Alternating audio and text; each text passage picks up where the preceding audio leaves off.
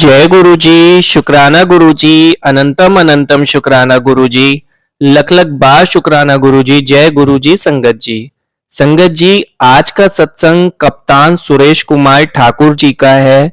बहुत ही डिवाइन और बहुत ही ब्लेसफुल सत्संग है। सत्संग को अंत तक जरूर सुनिएगा, क्योंकि कहते हैं जो भी सत्संग सुनाता है या जो भी सत्संग सुनता है, दोनों को गुरु जी की ब्लेसिंग्स मिलती हैं, आशीर्वाद मिलता है। तो सत्संग को अधूरा बीच में मत छोड़िएगा, क्योंकि कहते हैं जो भी सत्संग सुनता है कई बार उन्हें उनके सवालों के जवाब भी मिलते हैं सत्संग के माध्यम से। तो संगत जी, आज का सत्संग स्टार्ट करते हैं। स्टार्ट करने से पहले एक बार मंत्र जाप करेंगे। ओम नमः शिवाय, शिव जी सदा सहाय। ओम नमः शिवाय, गुरु जी सदा सहाय। ओम नमः शिवाय, शिव जी सदा सहाय। ओम नमः शिवाय, गुरु जी सदा सहाय। जय गुरु जी। संगत जी, गुरु जी सदा हमारे साथ। मेरा परिवार और मैं गुरु जी के चरण कमलों में मई 2005 के दूसरे हफ्ते में आए और हमें एम्पायर एस्टेट में उनके दर्शन का सौभाग्य प्राप्त हुआ। कमांडर विमल नागपाल, मेरे मित्र और शुभचिंतक, हमें गुरुजी के पास लेकर गए। पहली बार जब हमने गुरुजी के दर्शन किए तो उन्होंने पैंट और कमीज पहनी हुई थी और बहुत सादे ढंग से बैठे हुए थे। दुर्घटना जो दुर्घटना जैसी लगी नहीं। उनके पहले दर्शन के कुछ समय बाद मई 2005 जब खत्म होने वाला था, मैं अपने परिवार और रिश्तेदारों के साथ नैना देवी तीर्थ स्थान, भांखड़ा नगर डैम और गुरुद्वारे आनंदपुर देखकर रोपड़ वापस जा रहा था। हम एक तंग सड़क पर थे जब हमारी गाड़ी की टक्कर एक छोटे ट्रक के साथ हुई। उस ट्रक में लोहे की सलाखें थी जो हमारी गाड़ी को भेदते हुए और दोनों दरवाजों को चीरते हुए निकली। टक्कर बहुत जोरदार हुई थी। मैं गाड़ी से उतरा तो पाया कि दोनों दरवाजे खुल नहीं रहे थे। गाड़ी बुरी तरह से क्षतिग्रस्त हुई थी और बाद में हमें दोनों दरवाजे बदलवाने पड़े, पर गुरुजी की कृपा से किसी को भी एक खरोच तक नहीं आई थी। गुरुजी ने हमें एक बड़ी दुर्घटना से बचाया। जय गुरुजी। गुरुजी ने गाड़ी का संचालन किया जब गाड़ी चलाते समय मेरी आंख लग गई। एक और अवसर पर करीब 3 या 4 साल पहले गुरुजी ने फिर हस्तक्षेप किया। मेरे साले के बेटी की शादी के समारोह में भाग लेकर हम कैथल से वापस लौट रहे थे। दुल्हन कैथल से थी और उन दिनों बहुत धुंध थी। सुबह सुबह जब हम रोपड़ के लिए निकले तब भी बहुत धुंध थी। गाड़ी में मेरे साथ दूल्हा दुल्हन और मेरी पत्नी कविता थे। धुंध की वजह से ना के बराबर नजर आ रहा था, इसलिए मैंने अपनी गाड़ी ड्राइवर को चलाने के लिए कहा। हम में से कोई भी रात को थोड़ी देर के लिए भी नहीं सोया था, इसलिए गाड़ी में सबको नींद आ रही थी। पर मेरी साली के बेटे संजीव ने हमें आश्वस्त किया कि रोपड़ तक गाड़ी चलाने में उसे कोई दिक्कत नहीं होगी। आगे की सीट पर मैं उसके बगल में बैठ गया और उसे जगाए और चौकस रखने के लिए मैं उससे बातें करता रहा और गाने चलाता रहा। मैंने उससे पूछा कि क्या वह गाड़ी आराम से चला पा रहा था। मुझे खुद बहुत नींद आ रही थी। उसने हाँ कहा, पर जैसे ही हम पटियाला पहुंचने वाले थे उसने गाड़ी रोककर मुझे गाड़ी चलाने को कहा। मुझे थोड़ी बेचैनी हुई, पर इसके अलावा कोई और चारा भी नहीं था। मैंने संजीव को कहा कि वह सोए नहीं और मुझसे बातें करता रहे, जिसके लिए वह मान गया। पर जैसे ही वह मेरे बगल में आकर बैठा उसे नींद आ गई और वह गहरी नींद सो गया। मैंने गुरुजी से प्रार्थना की कि वह हमारा नेतृत्व करें और हमें सुरक्षित रूप से मंजिल तक पहुंचाएं। गाड़ी चलाते समय मैंने बहुत कोशिश की कि मैं चौकन्ना रहूं। हमने अभी सरहिंद पार ही किया था कि मुझे महसूस हुआ कि गाड़ी ढलान पर थी। अचानक मुझे नींद से जागने का एहसास हुआ। मैं सो गया था और यह नहीं जानता था कि कितनी देर के लिए। फिर भी गाड़ी अच्छी खासी गति पर आगे बढ़ती जा रही थी और ठीक हमारे आगे सामान से भरा हुआ ट्रक था। मैं जानता हूं कि गुरुजी के आशीर्वाद और कृपा से उस दिन हम घर सही सलामत पहुंचे। इसके बावजूद कि मुझे गाड़ी चलाते हुए नींद आ गई थी।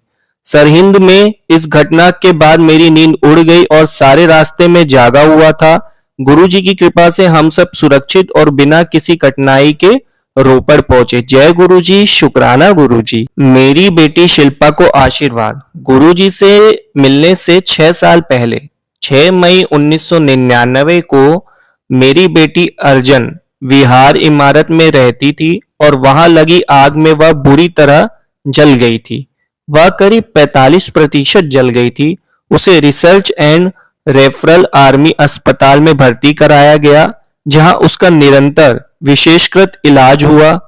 उसकी काफी सारी स्किन ग्राफ्टिंग्स और प्लास्टिक सर्जरी से भरी हुई थी। फिर हमें एम्पायर एस्टेट में गुरुजी के चरण कमलों के स्पर्श का अवसर प्राप्त हुआ। मई 2005 में जब हमें गुरुजी के पहले दर्शन हुए, तब तक मेरी बेटी नियमित रूप से जांच और इलाज के लिए अस्पताल जा रही थी। डॉक्टर ने उसे कई बार थोड़ी और बाई बाजू पर और सर्जरी करवाने के लिए कहा था, पर अगली ही बार जब हम उस डॉक्टर के पास गए तो उसने ऐसा करवाने से मना किया। ऐसा गुरुजी के आशीर्वाद से हुआ। हम समझ गए कि गुरुजी अपने भक्तों की परेशानियों से भली भांति अवगत होते हैं और अपनी दिव्य शक्ति से उन्हें ठीक कर देते हैं। वैसे भी उन्हें कोई भी समस्या बताने की जरूरत नहीं है, इसलिए अपनी बेटी के बारे में उनसे बात करने में हम हमेशा हिचकिचाते थे। फिर भी मैं चाहता था कि मेरी बेटी को विशेष तौर से उनका आशीर्वाद मिले, क्योंकि तांबे के लोटे के जल द्वारा गुरुजी के आशीर्वाद से मैंने बहुतों को ठीक होते देखा था। शायद यह देवी मर्जी भी थी। कमांडर नागपाल फिर गुरुजी की और हमारा माध्यम बने। जनवरी 2006 में जब गुड़गांव में पहली बार सत्संग हुआ तो उन्होंने जनरल कपूर से बात की और गुरुजी ने बृहस्पतिवार के दिन मेरी बेटी को तांबे के लोटे के साथ एम्पायर एस्टेट आने को कहा। परंतु उस बृहस्पतिवार गुरुजी शारीरिक रूप में वहां उपस्थित नहीं थे। वह दिल्ली किसी की शादी में आशीर्वाद देने गए हुए थे। हम लंगर करके वापस गए और अगले हफ्ते बृहस्पतिवार के दिन ही एम्पायर एस्टेट दोबारा गए। लंगर ग्रहण करके जब हम आज्ञा लेने गए तो तांबे का लोटा मेरी बेटी के हाथ में था। हमें समझ नहीं आ रहा था कि इसके बारे में गुरुजी से कैसे बात करें, इसलिए बाकी संगत के साथ बैठ गए। हमें देखकर करीब 1-2 मिनट के बाद गुरुजी ने मेरी बेटी और मुझे इशारा करके बुलाया। उन्होंने मुझसे पूछा, कित्थों आया है, किन्ने भेजा है तेनू, कहां से आया है और किसने तुम्हें भेजा है। मैं इतना घबरा गया कि कुछ बोल ही नहीं पाया और गुरुजी ने मेरी बेटी से कहा, यह तुम्हारे लिए है, अपने जन्म की तारीख बताओ। शिल्पा ने बताई और गुरुजी ने तांबे के लोटे को अभिमंत्रित किया। फिर उन्होंने मुझे एक भक्त श्री सिंगला से निर्देश लेने को कहा कि तांबे के लोटे का इस्तेमाल कैसे करना था। तब से मेरी बेटी तेजी से और लगातार ठीक होती जा रही है। इस दौरान मेरी बेटी ने दिल्ली यूनिवर्सिटी से अपनी ग्रेजुएशन खत्म की। वह एमबीए करना चाहती थी, पर टेस्ट और इंटरव्यू में अच्छा करने के बावजूद उसका किसी अच्छे कॉलेज में दाखिला नहीं हो रहा था। एक बार फिर गुरुजी के आशीर्वाद से उसे IIPM नई दिल्ली में दाखिला मिला और उसके बाद कैंपस इंटरव्यू में चेन्नई में एक BPO में नौकरी मिली। उसने अपनी बाकी की पढ़ाई और थीसिस चेन्नई से ही पूरा किया, क्योंकि कंपनी को उसकी वहां जरूरत थी। मैं नियमित रूप से उसके पास चेन्नई जाता रहता, जहां वो एक पीजी हॉस्टल में रह रही थी। हम चाहते थे कि वो दिल्ली वापस आ जाए, क्योंकि हम उसके लिए एक अच्छा रिश्ता देखना चाहते थे, पर उसकी कंपनी उसे चेन्नई में ही रखना चाहती थी। उसके साथ के कुछ लोग या तो दिल्ली वापस आ गए थे और कुछ का ट्रांसफर हो गया था। मेरी बेटी वापस आने के लिए उत्सुक थी। मैंने उससे कहा कि चिंता करने की कोई जरूरत नहीं थी।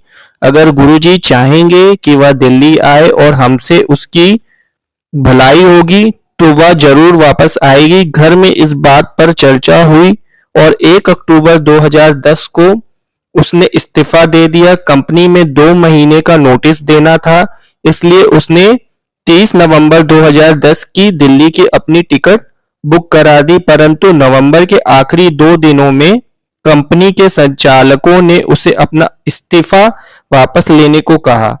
हालांकि उन्होंने मूल तत्व में इसका इस्तीफा स्वीकार कर लिया था, वह उसको दिल्ली ट्रांसफर करने के बारे में सोच रहे थे। गुरुजी के आशीर्वाद से 10 दिसंबर को उसे दिल्ली में ओखला ऑफिस में काम शुरू करने के लिए कहा गया। जय गुरुजी, शुक्राना गुरुजी। दुबई जाते समय हवाई जहाज में गुरुजी का आशीर्वाद। 24 फरवरी 2010 को मैं अपनी पत्नी कविता और एक और दंपत्ति जो हमारे मित्र हैं के साथ एयर इंडिया की फ्लाइट से दुबई घूमने जा रहा था।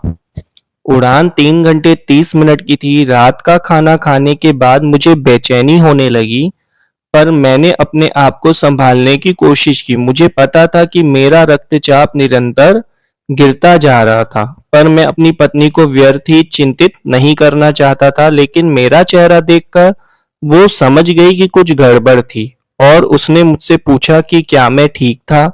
मैंने उससे कहा कि मैं ठीक था और मैंने सोने और आराम करने की कोशिश की, पर मैं बहुत बीमार महसूस कर रहा था और मुझे ऐसा लग रहा था जैसे मेरा दिल डूबा जा रहा था। मैंने गुरुजी से प्रार्थना की वह मेरा ख्याल रखें, अपने आशीर्वाद से जो करना हो वो करें। कुछ पलों या मिनटों बाद मुझे एहसास हुआ कि मेरे आसपास बैठे हुए लोग, मेरा दोस्त और एयर होस्टेस मुझे जोर से झंझोर कर उठा रहे थे। मैं बेहोश हो गया था। हवाई जहाज को लैंड करने में करीब आधा घंटा अभी बाकी था और हवाई जहाज में कोई डॉक्टर मौजूद नहीं था, पर मैं जानता था कि मुझे किसी डॉक्टर की ज़रूरत नहीं थी क्योंकि मेरे डॉक्टर मेरे साथ ही थे। मुझे नींबू पानी पिलाया गया और हवाई जहाज के कर्मचारी मुझे आराम पहुंचाने के लिए जो कर सकते थे उन्होंने किया। मेरी पत्नी अभी भी चिंतित थी और मैं जानता था कि वह गुरुजी से मेरे लिए प्रार्थना कर रही थी। इस दौरान दुबई एयरपोर्ट पर भी संदेश भिजवाया गया। दुबई लैंड करने पर हम हवाई जहाज में ही बैठे रहे और डॉक्टर आया जिसने मेरी रक्त शर्करा और रक्तचाप की जांच की। सब कुछ सामान्य था। जय गुरुजी। तब तक मैं अच्छा और 100% ठीक महसूस करने लगा था। फिर भी मुझे व्हील चेयर पर एयरपोर्ट डिस्पेंसरी ले जाया गया जहां मेरी दोबारा जांच हुई और मुझे कुछ दवाइयां दी गई जो मुझे अगले दिन भी लेने को कहा गया। अगली सुबह होटल में मैं 1000% तंदुरुस्त महसूस कर रहा था। गुरुजी ने मुझे नया जीवन प्रदान किया, वो भी तब जब हम किसी और देश जा रहे थे जहां बात और बिगड़ सकती थी। मेरे नए जीवन के लिए शुक्रिया गुरुजी। मेरी पत्नी और मैं 1 मार्च 2010 को खुशी खुशी दिल्ली वापस लौटे। जय गुरुजी। स्थानांतरणीय नौकरी होते हुए भी गुरुजी ने मुझे दिल्ली में रखा। जनवरी 1997 में मैं कोच्चि से नई दिल्ली ट्रांसफर पर आया था और मैंने अपने अधिकारियों से निवेदन किया था कि मुझे कहीं और ट्रांसफर नहीं किया जाए। मेरी बड़ी बेटी का R&R आर्मी अस्पताल में उसकी बर्न इंजरीज का इलाज चल रहा था, जिसके कारण मैं दिल्ली में ही रहना चाहता था। सितंबर 2003 में मैंने DRDO हेडक्वार्टर्स में पदभार ग्रहण किया और मार्च 2010 में मुझे विशाखापट्टनम या हैदराबाद ट्रांसफ़र करने पर विचार विमर्श शुरू हुए। मेरी छोटी बेटी एमिटी यूनिवर्सिटी नोएडा से BE टेक की पढ़ाई कर रही थी और मेरी बड़ी बेटी चेन्नई से वापस आने वाली थी और हम उसके लिए एक अच्छा रिश्ता ढूंढना शुरू करना चाहते थे। इसलिए मैं दिल्ली से जाना नहीं चाहता था। अगर हम दिल्ली से ट्रांसफ़र हो जाते तो मैं अपनी बड़ी बेटी के लिए यहाँ रिश्ता नहीं तलाश कर पाता और मेरी छोटी बेटी की भी दिल्ली में अभी 2 साल की पढ़ाई बाकी थी। मैंने फिर से अपने अधिकारियों से निवेदन किया कि वे कुछ सालों के लिए मुझे दिल्ली में ही रखें। मैं बहुत चिंतित था क्योंकि यह नामुमकिन सा था कि वे मेरी बात मान लेते। मैं निरंतर गुरुजी से प्रार्थना करता रहा और देखो, हालांकि मेरा तबादला हुआ पर दिल्ली में ही एक नए यूनिट में। ऐसी है सदगुरु की कृपा। बहुत ही प्यारा सत्संग था अंकल जी, आपका बहुत ही डिवाइन सत्संग था। बहुत बहुत शुक्रिया कि आपने यह सत्संग शेयर किया। मैं बहुत सौभाग्यशाली हूँ कि गुरुजी की कृपा से आपका सत्संग मैं अपने चैनल के माध्यम से शेयर कर पा रहा हूँ। जय गुरुजी, शुक्राना गुरुजी। संगत जी, जो भी एक बार गुरु जी की शरण में आ जाता है, जिसे गुरु जी अपने साथ जोड़ लेते हैं, उसके ऊपर तो कोई परेशानी आ ही नहीं सकती। बिना बोले वो समझ जाते हैं, हमारी सारी मुश्किलों को खत्म कर देते हैं। जितना शुक्राना करो उतना कम है। आप जितना शुक्राना करोगे गुरु जी से उतना ही कनेक्ट होते हुए चले जाओगे। जय गुरु जी, शुक्राना गुरु जी। संगत जी, अगर आप भी हमारे चैनल के माध्यम से अपना सत्संग शेयर करना चाहते हैं तो मेल आईडी मैंने डिस्क्रिप्शन में मेंशन की है, आप अपना सत्संग वहाँ शेयर करिए। मैं अपने चैनल के माध्यम से आपके सत्संग को सुनाऊंगा। संगत जी, अगर कोई भी गलती हो गई हो मुझसे सत्संग सुनाने में, अंकल जी कोई भी सत्संग कहने में मुझसे गलती हो गई हो तो प्लीज़ मुझे माफ़ कर दीजिएगा। थोड़ा सा गला भी मेरा आज खराब है, तो हो सकता है कोई मिस्टेक हो गई हो, तो मैं बहुत बहुत माफ़ी चाहूँगा। आज के सत्संग को मैं यहीं विराम देता हूँ। जाने से पहले गुरु जी का मंत्र जाप करेंगे। ओम नमः शिवाय, शिव जी सदा सहाय। ओम नमः शिवाय, गुरु जी सदा सहाय। ओम नमः शिवाय, शिव जी सदा सहाय। ओम नमः शिवाय, गुरु जी सदा सहाय। जय गुरु जी, शुक्राना गुरु जी।